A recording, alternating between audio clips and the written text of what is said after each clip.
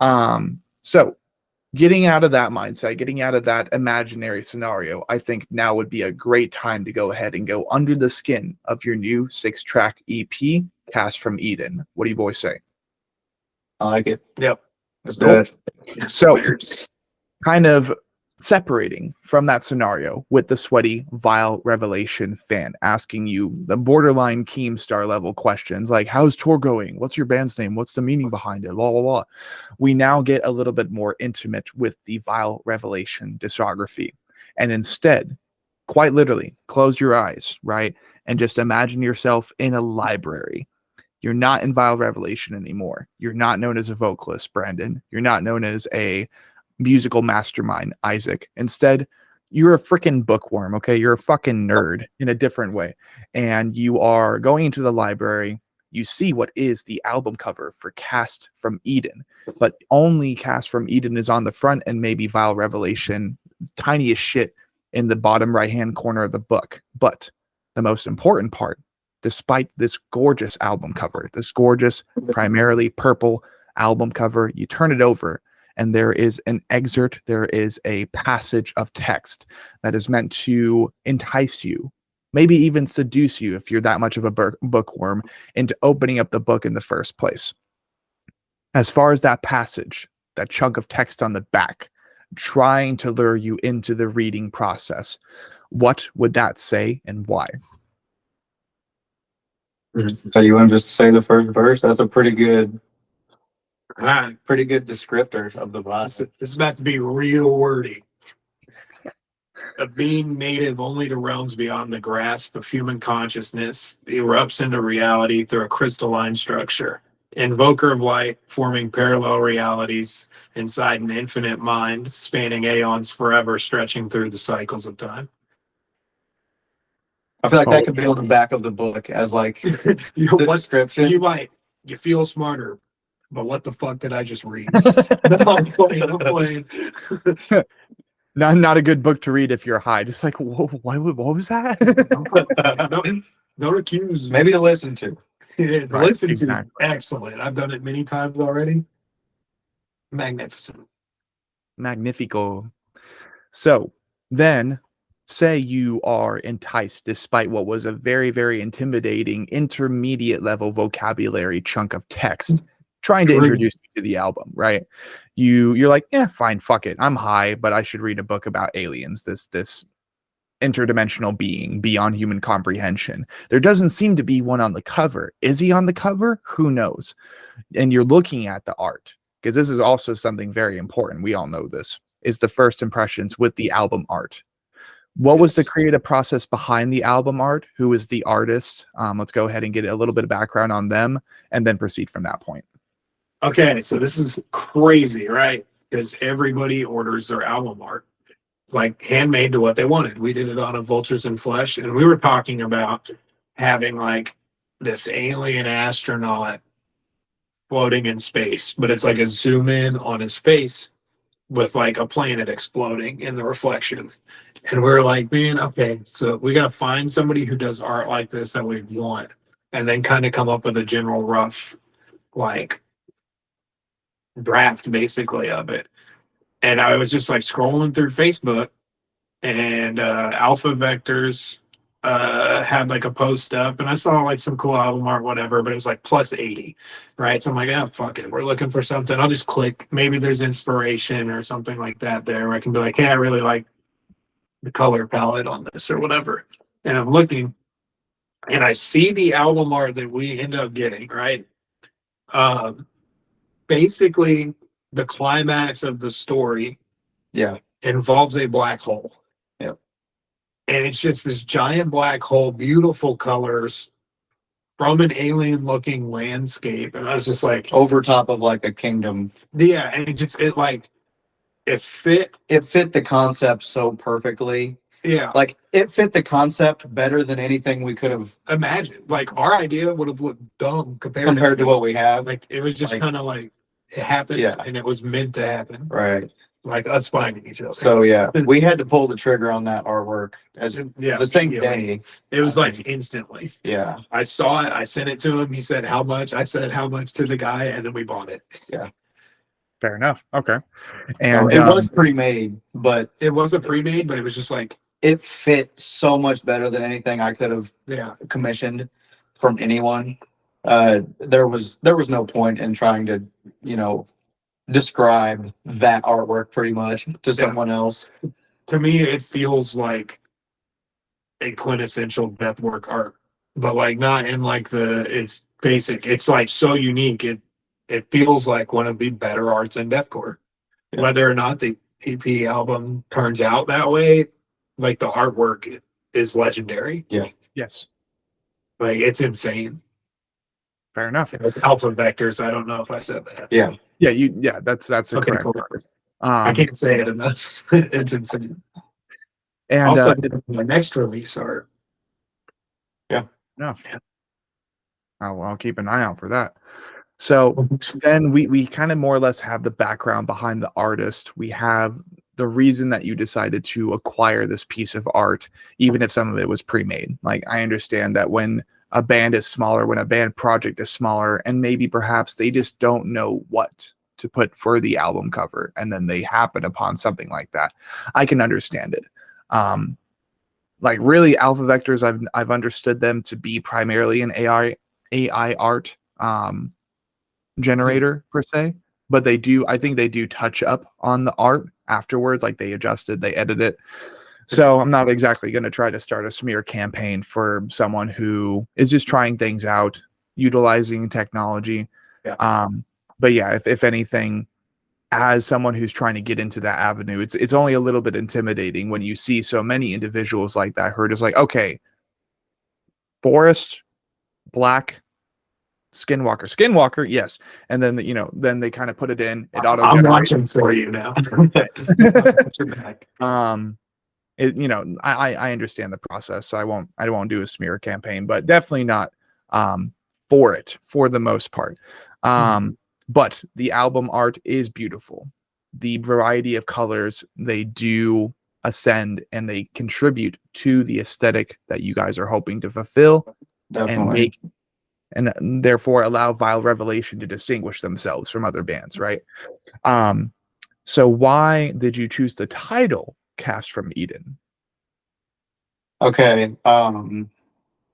So not only was Cast from Eden the name, was Vile Revelation's original name, which I wanted to kind of call back to that and use that name because I think it's cool.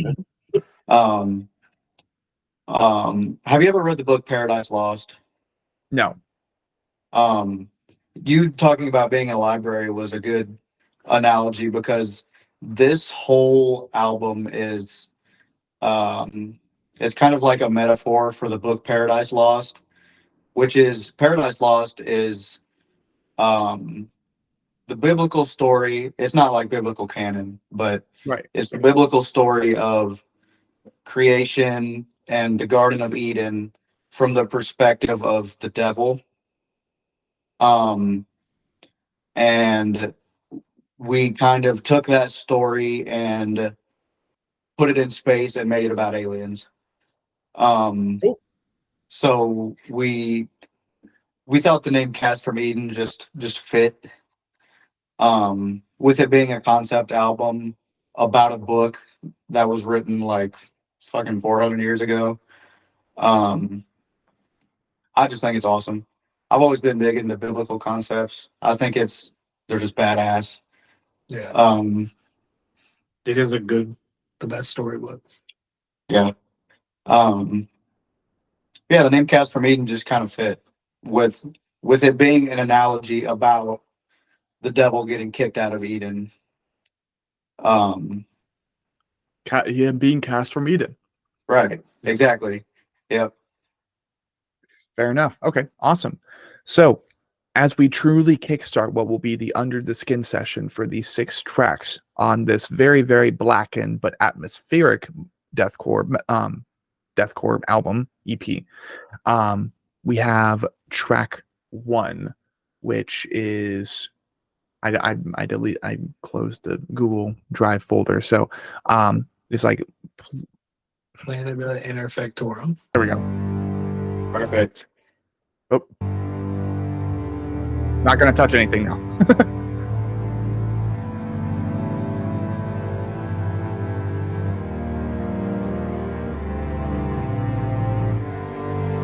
Ooh.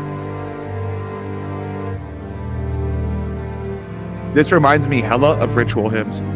I was hoping it would.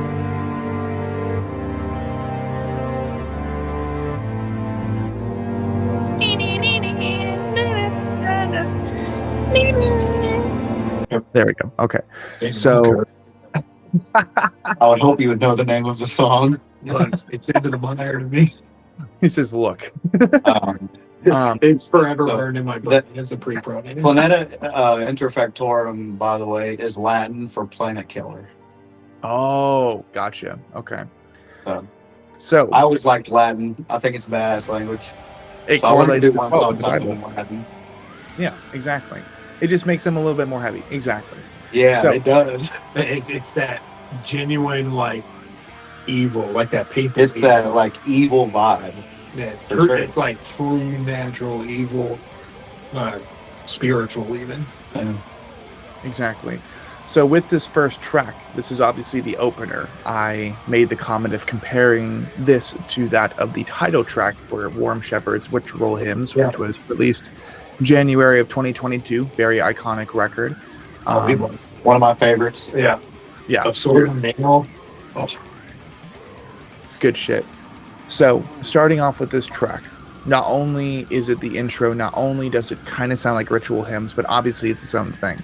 What's going on here lyrically speaking, Brandon? I did write this one, so I'm better into this.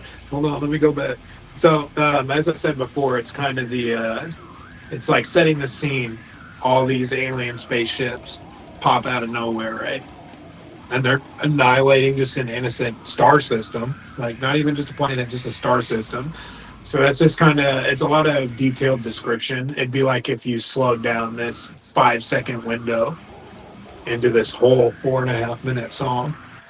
Fair enough. It's kind of slowing down and just trying to paint a picture over it with there just being like, there's a dialogue section between the leaders and that. I don't know. It's just, it's an experience. Yeah, this song is pretty much setting the scene for the concept of the album. Yeah. Fair enough. And if I may ask, what was the reason for the vocal feature from Clockwise? Oh, from Casey. He just like compliments me really well. I wanted to feature Casey pretty early on in the album process. And we were debating on where to put him because we wanted to have him feature on the album. We didn't exactly know where yet. But we found that spot in specific was perfect. His highs are some of my favorite highs in all of deathcore.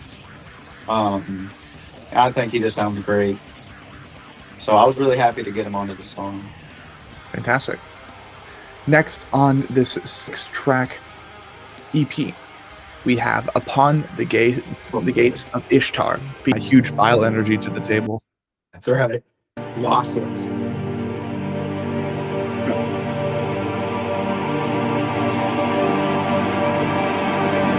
It might be a little bit too hot for this hoodie.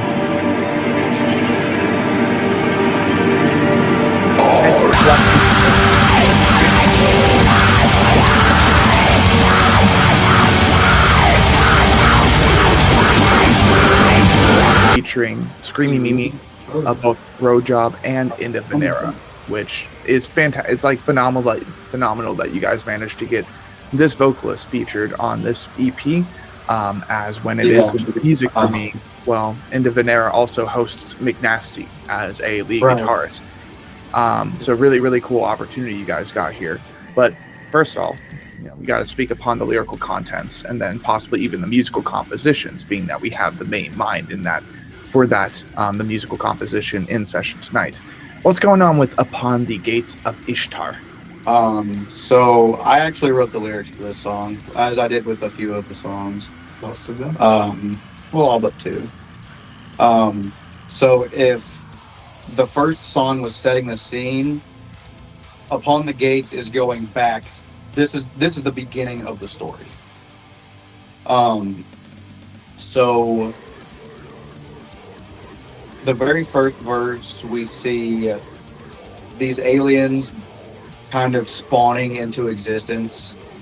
And the big mechanism that they use for gaining power or growing is eating the souls of any kind of creature. Eating the soul, severing it from any kind of divine intervention. So that's what we see is, and this is also doing quite a bit of world building in this song. So the Garden of Eden, we've turned that into a star system, into a galaxy. It's the galaxy of Eden. That's And badass. then the planet, instead of having Adam and Eve as personified characters, Eve is a planet.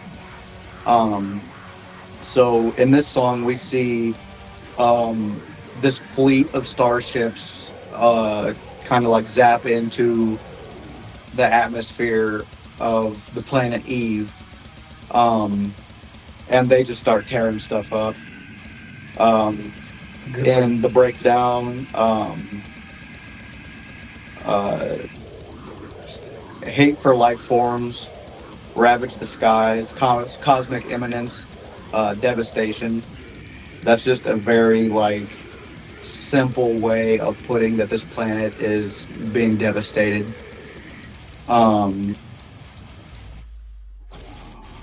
And yeah, this song is really another one just setting the scene for, I guess, introducing what's about to happen in the story. Gotcha. Let's see. And then obviously, like, I can only imagine the reason you ended up wanting to get Screamy Mimi featured on this song, because he is a phenomenal vocalist. Even Derek Soley of Nithful can attest to that. He's I can mainly recall him for his iconic lows and how much of a howl tone there is to his lows. Yes. But what was the reason you wanted to get him featured on this song aside from that? If there is anything aside from that. So this is going to be kind of the running theme for the rest of the features, is they're all just like the homies. I met him through a friend that I recorded our first song we did together at his house. They were friends online and played games together quite a bit and whatnot. And he found out I like deathcore at some point, and we just like instant friends. Then I got to play a show with them in Michigan, and literally the second they pulled in the parking lot, I was just like, oh, we just hit it off. I'm a ball of energy right now. Be real with you. Keep it level. You're fine. Yeah, he fit that section on the song really well. So yeah, we were really happy to get him on that song. Fuck yeah. Next track 3, would be Crown of Ascension. That's what you could call it, yeah. Fortress Pose. All right, now we have Crown of Ascension featuring Tusk of D4C. Shout out D.O.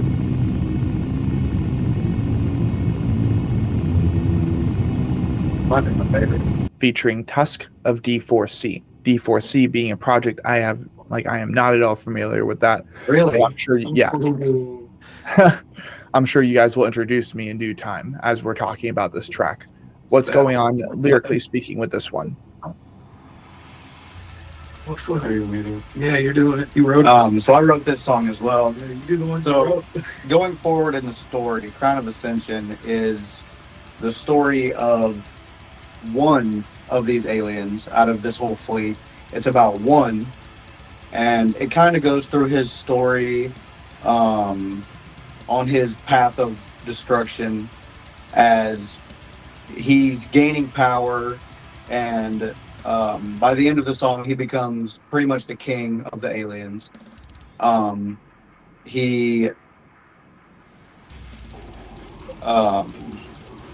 He gains power through this soul-stealing technology.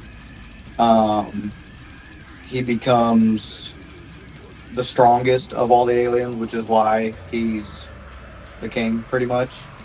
And it kind of goes through how, like, in more detail on how he's doing the things he's doing, where these beings whose souls have been eaten, they kind of become part of his army of like empty corpses. That's it, pretty much his army. And then on Dio's feature, oh, he wrote his own lyrics, didn't he? Yeah. He actually wrote his own lyrics that fit really well for the song. Step the fuck up, pussies. Was probably the one line I would exclude from fitting, but it just kind of like fit his vibe too. It's him though. Yeah, that's what it's him. Yeah, it's hardcore. And then the final breakdown, the line is "to reign forever," which is kind of the alien's main plan here, is to control the universe forever. So that song, it's called "Crown of Ascension." And in the final verse, you see this alien ascend to the crown, pretty much. Yeah. Fantastic.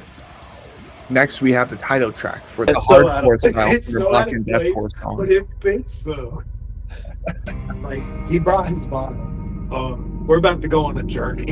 I'm gonna let you know. The song, what, 7 minutes or something? It's about 7 minutes? Holy shit. Yeah. Oh my god, the record. And this one was really, really satisfying to listen to, and it was also the longest song on the record. Oh, What do we have here, lyrically speaking? There's a lot of lyrics going on here. There's a ton.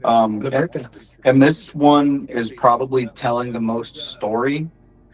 So, in the first verse, we see a perspective of these aliens once again, like zapping into this area. And this kind of gives more detail on the destruction of the planet of Eve from back in Upon the Gates. So in the first verse, we see these aliens, and you kind of get some more details on what they are and where they come from. And then going into the chorus is actually a prayer from the people on Eve. So completely detached from the aliens.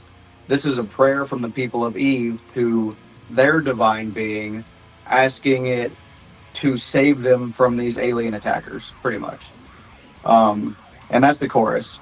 So then verse 2, we see the perspective of this divine being who wields a blade of fire, which is a reference to the story of Eden, the angel guardian of Eden who has a blade of fire. And then the bridge is the same. This divine being is called luminescence, as just a reference to a being of light and power. So going into the bridge, it says luminescence returns in a glow like never before. So now we have this divine being and then the aliens, and they're about to go head to head. The first part of the breakdown, we get into really deep detail on the aliens. We're back on the aliens. Can I read it? Really deep detail on what the aliens are doing to the people. So he's going to read that. We're going to start at the slam, right? Yep. All right. Plaguing entity seeping through the wormhole. So you can just you won't be able to understand it. All right. Plaguing entities seeping through the wormhole, seeking nourishment from living beings, caught inside a vortex, darkened matter, breeding inside the cranial cavity, creating drones to feed upon their aura. Infinite consummation leaves nothing but empty skulls. A pyramid effigy construct built high from piled corpses left behind from speeding cycle. Construction fueled by hatred from these fucking eternal nightmares, spawned from the deepest abyss. A prophecy only dreamt of beginning to fulfill. I caught myself trying to do it. It's fun. Percussive. So, yeah, that's what the aliens are doing, pretty much. And then in the third verse, we see that these aliens are. This is where we get the description of how they steal souls. gorged on the soul force, severing our cord leading back from the heavens. This last line is kind of like it's another prayer to the divine being, saying, "Hey, these aliens are stealing our souls, and we need help." Because once the aliens eat the creature's soul, they no longer have that connection to the divine. So they're saying we need help. And then it's the chorus again, which is another prayer. And then this first, or I guess it'd be the second breakdown. This is when the divine being intervenes, I guess. And it puts these aliens in a cosmic prison, pretty much.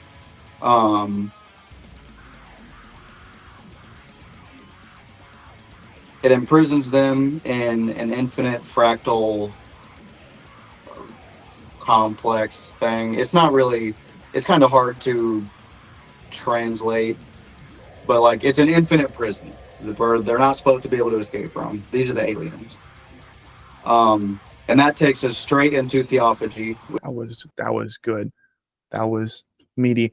Okay, so you said Alex was a secondary vocalist for that, correct? Yes. Yeah, he did the second chorus in there. God damn. I couldn't really, like, as far as quality, as far as level of vocalism, I guess, I couldn't really tell who was who because they were both so good. But they are both like deathcore slam oriented, and that was cool to listen to. So theophagy.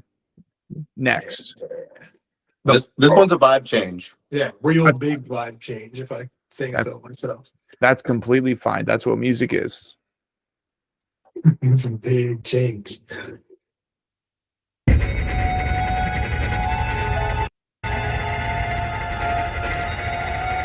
It sounds good.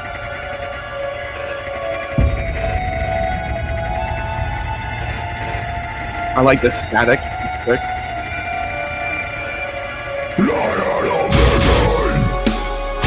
Which is the fifth song, where it begins with a person on the planet of Eve having a premonition. So the first line is, "I had a vision," and it talks about how this person has a vision of aliens like seeping onto their planet and destroying everything. And then it happens. These aliens start coming out of their prison, and we see like a first-person perspective of these aliens. The concept of theophagy being drinking or eating the blood of a god to become a god. That's the concept of theophagy.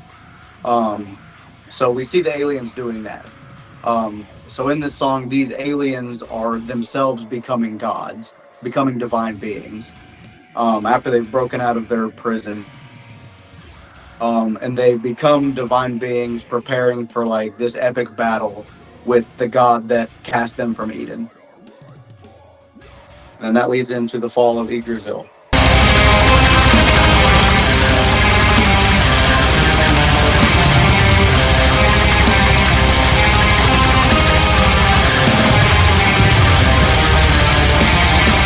Which you wrote. I wrote the first half. You wrote the second. Yeah. All right. So the first half of this song is from the perspective of the goddess of Eden. And basically it's just a monologue directed to the aliens, but the king of the aliens from Crown of Ascension, as he's leading them in. It's a monologue about she's going to smite them from the universe. So It's like a scene out of an anime. yeah. Which goes into the breakdown, which is the description. You can read it right now. You're better at reading right now. So the breakdown is kind of like when the aliens make their first move, their first attack towards the god, kind of what happens. It's describing it. So the breakdown is Focused energy drawn from the universe, compressed into infinite oblivion, dark matter begins to stabilize and pull, tearing apart the fabrics of your reality. So in this breakdown, we kind of see that They're basically harnessing black matter in the universe to tear this God to pieces, right? so the aliens are getting the upper hand here. Yeah, I think it's into the chorus. which is you on, right? Yeah. So the chorus is more of like an overview of this conclusion to the album. I'll just read it. Entrenched in a cold black vortex, my reign of hate has darkened the stars. The prophecy complete, my will ingrained in the deepest space-time forevermore. No light remains in the cosmos, no life will ever return. So that's more of an overview, which happens in the middle of this song and at the end, and it fits both places. Because in the end, it makes more sense lyrically, but in the second verse after that chorus, we see that the aliens' plan starts to go wrong. So the aliens harnessing dark matter to destroy this god, they create a black hole. And this black hole, after enveloping the energy of this god, becomes like infinitely large because it's taken in all of this spiritual matter from this god. It becomes bigger than the aliens had planned for, and this black hole pretty much takes in everything. Like all of reality becomes encapsulated in this black hole, and there is absolutely nothing. There is nothing left in the universe except for this black hole. Yeah. It's It's basically the perspective of just like a consciousness like flickering out. and just after it happens. going from everything existing to in an instant, nothing exists. There is no existence.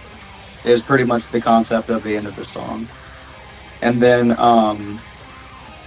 it kind of gives some perspective on how the aliens caused this, not intentionally, because they wanted to rule the universe, but through their gluttony ended up destroying the universe. And then the last chorus again just kind of gives that overview. No light remains in the cosmos, no life will ever return. And that's how we end the album, with nothing in existence. Which is why there's no breakdown. Yep. Can't have a breakdown if nothing exists. Choke on that, death corridors. Definitely a vile revelation of cosmic proportions. That's how I would just. Yeah. Yes. Fantastic, gentlemen. I do appreciate you providing the commentary that you did, and that will be the end of the under the skin session. Whoop.